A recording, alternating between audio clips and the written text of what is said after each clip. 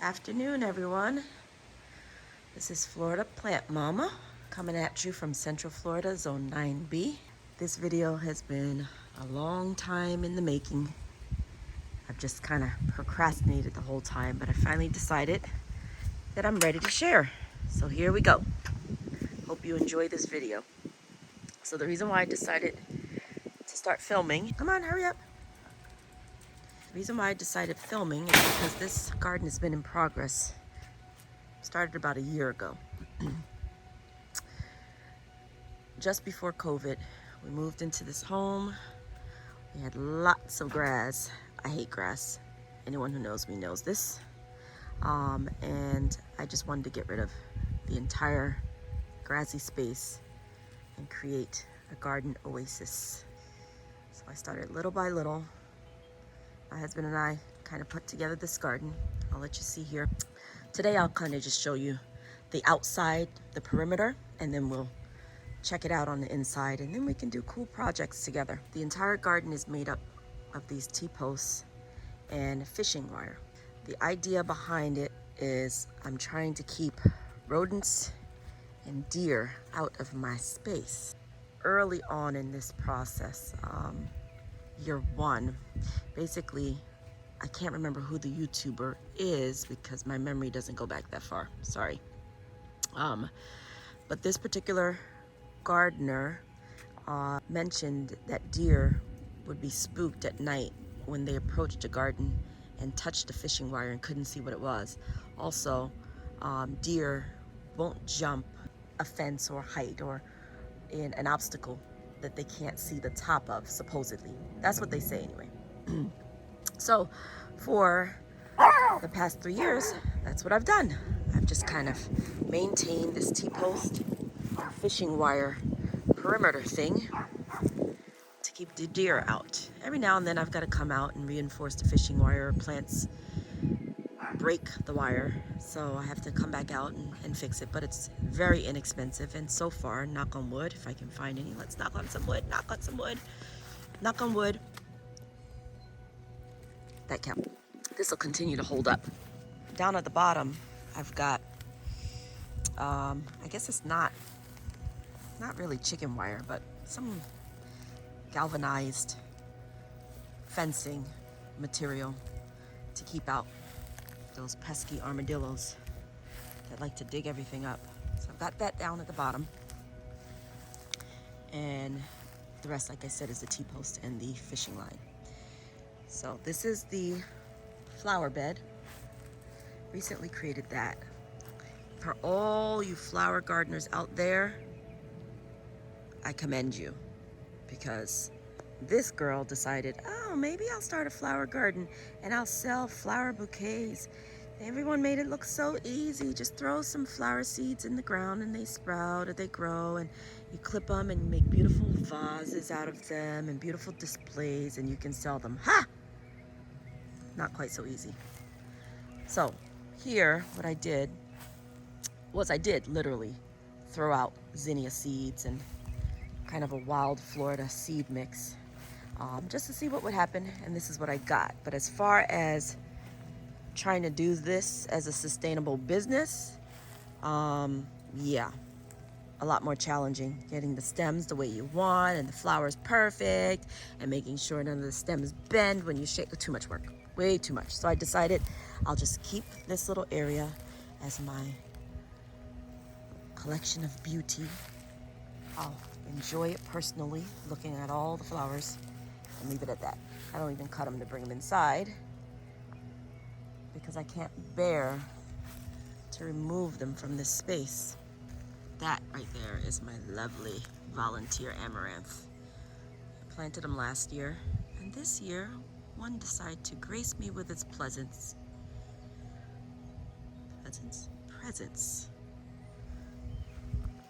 without me even trying. When that happens, it's pretty cool. All right, so here we go. I just installed this little section here because, don't tell my husband, but I am secretly expanding. This garden started out with just a tiny little corner here, and then I added another half, and then I added another one. So this garden grew in 3 parts. And guess what? Look at that. Still a lot of green space to go. My secret plan. Can you guess what it is? Hint, hint. I despise lawns. So, my devious mind is attempting to come up with the plan to slowly take over this garden space. Hey, if I can't take over the world, may as well take over a space that I can take over, right? All right, so this is the perimeter. I've got a bunch of stuff here. I'm not gonna name all of it at this point. When we go inside, I can give you a better idea. But this is all Florida friendly type stuff. Well, with the exception of a few trees that I have in pots that I have to protect for the winter. But anywho, showing you the outside portion of this garden. My wonderful owl that keeps the birds at bay. Birds and squirrels, they love to come in and steal things. Ooh, is that a ripe sun gold tomato? Yes, it is. Come to mama. All right, so as you can see, I'm growing tomatoes. All right, that's really good. Well, turns out that while I don't like large tomatoes, I don't know why, these cherry tomatoes are my favorite. But they're only my favorite. No one else in the house eats them really. So I've got a wonderful, robust growth out of these tomato plants. And I'm left with loads and loads of tomatoes that I have to then give away. Ooh, there's a pretty bunch. Because I can't eat them all by myself. I guess that's a good problem to have. I'll take it. All right, continue on. Sweet. As you can see, there's some bananas. Look at my bay leaf plant. It's growing nicely. Sweet almond. Look at this mint. She is escaping her boundaries. Look at her in all her glory. Mojito time. All right, so there you go. This is the perimeter of the garden.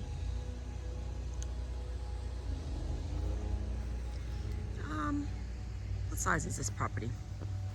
It's just under half an acre. Back here is a conservation area that I absolutely adore.